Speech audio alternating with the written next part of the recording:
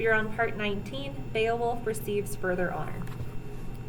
A beaker was born him, and bidding to quaff it, graciously given, and gold that was twisted, pleasantly proffered, a pair of arm jewels, rings and corselet, of collars the greatest I've heard of neath heaven.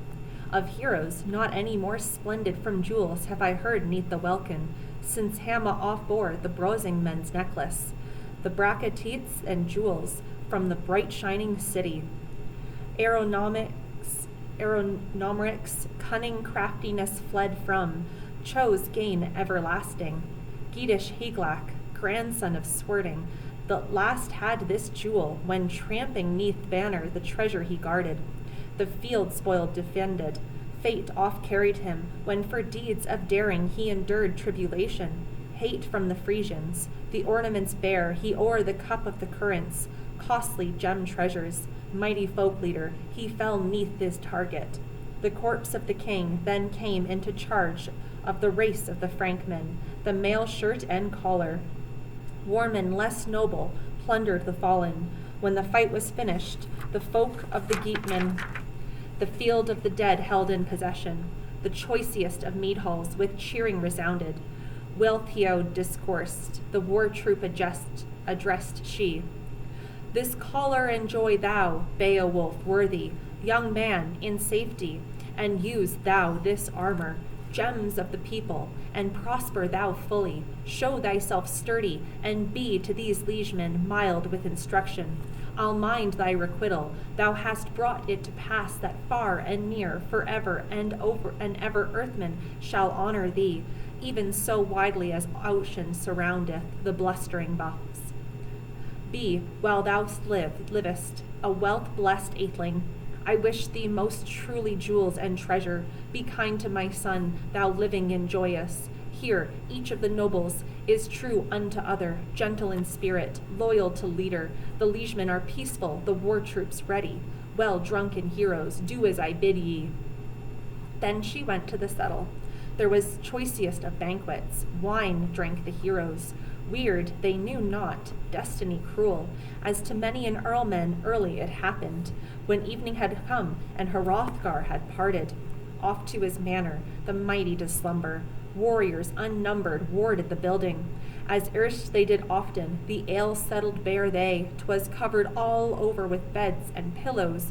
Doomed unto death, down to his slumber, bowed then a beer thane. Their battle shields placed they, bright shining targets, up by their heads then, or the atheling on ale bench.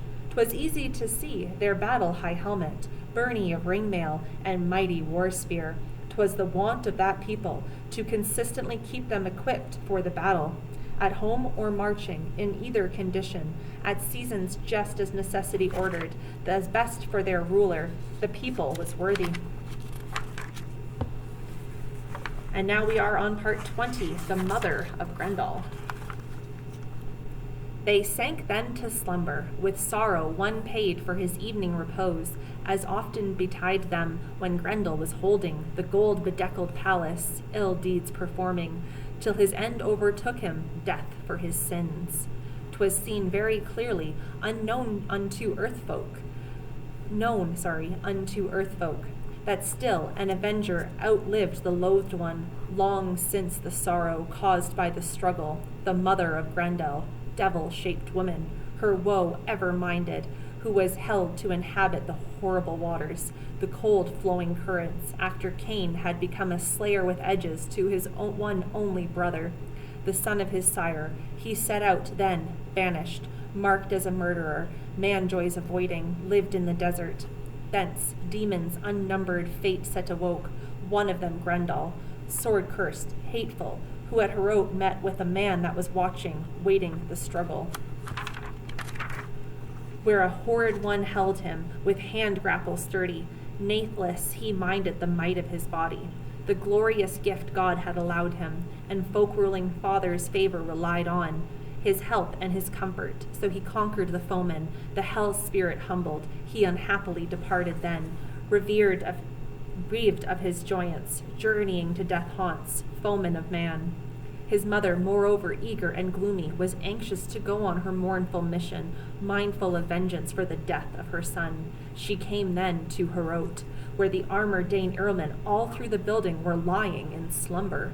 Soon there became then return to the nobles, when the mother of Grendel entered the folk hall. The fear was less grievous, by even so much as the vigor of maidens. War strength of women by warrior is reckoned. When well-carved weapon, worked with the hammer, blade very bloody, brave with his edges, strikes down the boar sign that stands on the helmet. Then the hard-edged weapon was heaved in the building. The brand o'er the benches, broad leadens many, hand fast were lifted, for helmet he reckoned not, for armor net broad, whom terror laid hold of.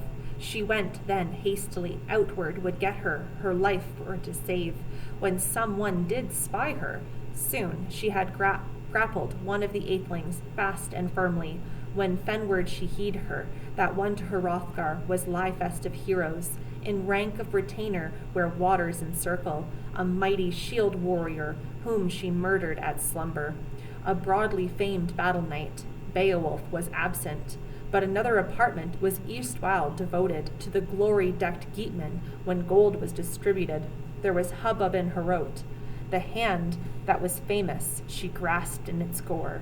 Grief was renewed then in homes and houses. 'Twas no happy arrangement in both of the quarters to barter and purchase with lives of their friends.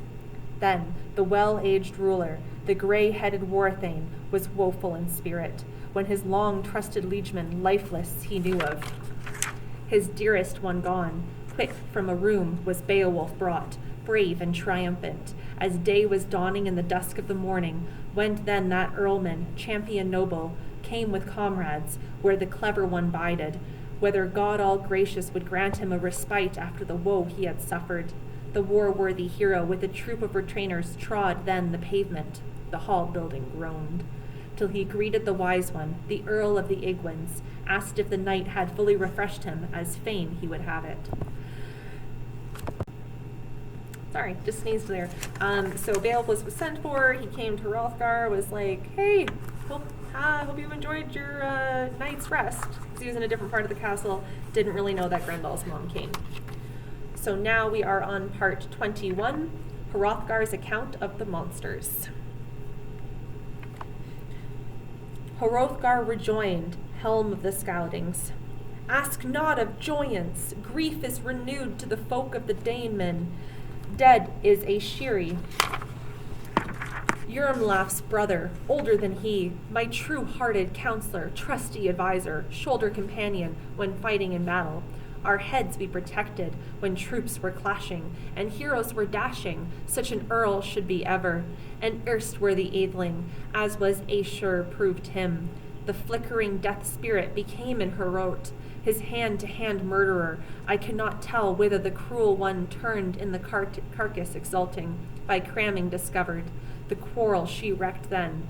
That last night I gone, Grendel, thou killedst in gruesome manner, with grim holding clutches.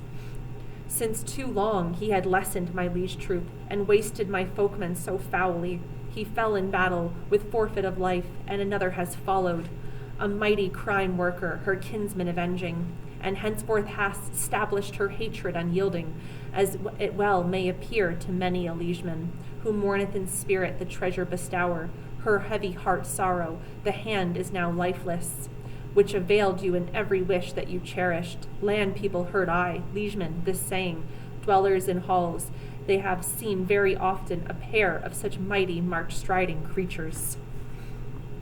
Far-dwelling spirits, holding the moorlands, one of them wore, as well as they might notice, the image of women. The other one, wretched in the guise of a man, wandered in exile, except he was huger than any of earthmen. Earth-dwelling people entitled him Grendel in the days of yore. They know not their father, where ill-going spirits were any born him ever before. They guard the wolf coverts, lands inaccessible, wind-beating nesses, fiercest fen deeps, where a flood from the mountains, neath the mist of the nesses nether-weld rattles. The stream under earth, not far is it henceward, measured by mile lengths that the mere water standeth, which forests hang over, with froth whiting covered. a firm-rooted forest, the floods overshadow. There, ever at night, one ill-meaning portent a fire flood may see. 'Mong children of men, none liveth so wise that wot of the bottom. Though harassed by hounds and the heath steppers seek for, fly to the forest, firm-antlered he deer. Spurred from afar, his spirit he yieldeth, his life on the shore. Ere in he will venture to cover his head. Uncanny the place is. Thence upward ascendeth the surging waters. Wan to the welkin, when the wind is stirring, the weather's unpleasing, till the air groweth gloomy and the heavens lower. Now is help begotten from thee and thee only. Thou abode thou knowest not, the dangerous place where thou art able to meet with the sin-laden hero. Seek if thou darest. For the feud I will fully fee thee with money, with old-time treasure, as erstwhile I did thee, with well-twisted jewels, if away thou shalt get thee.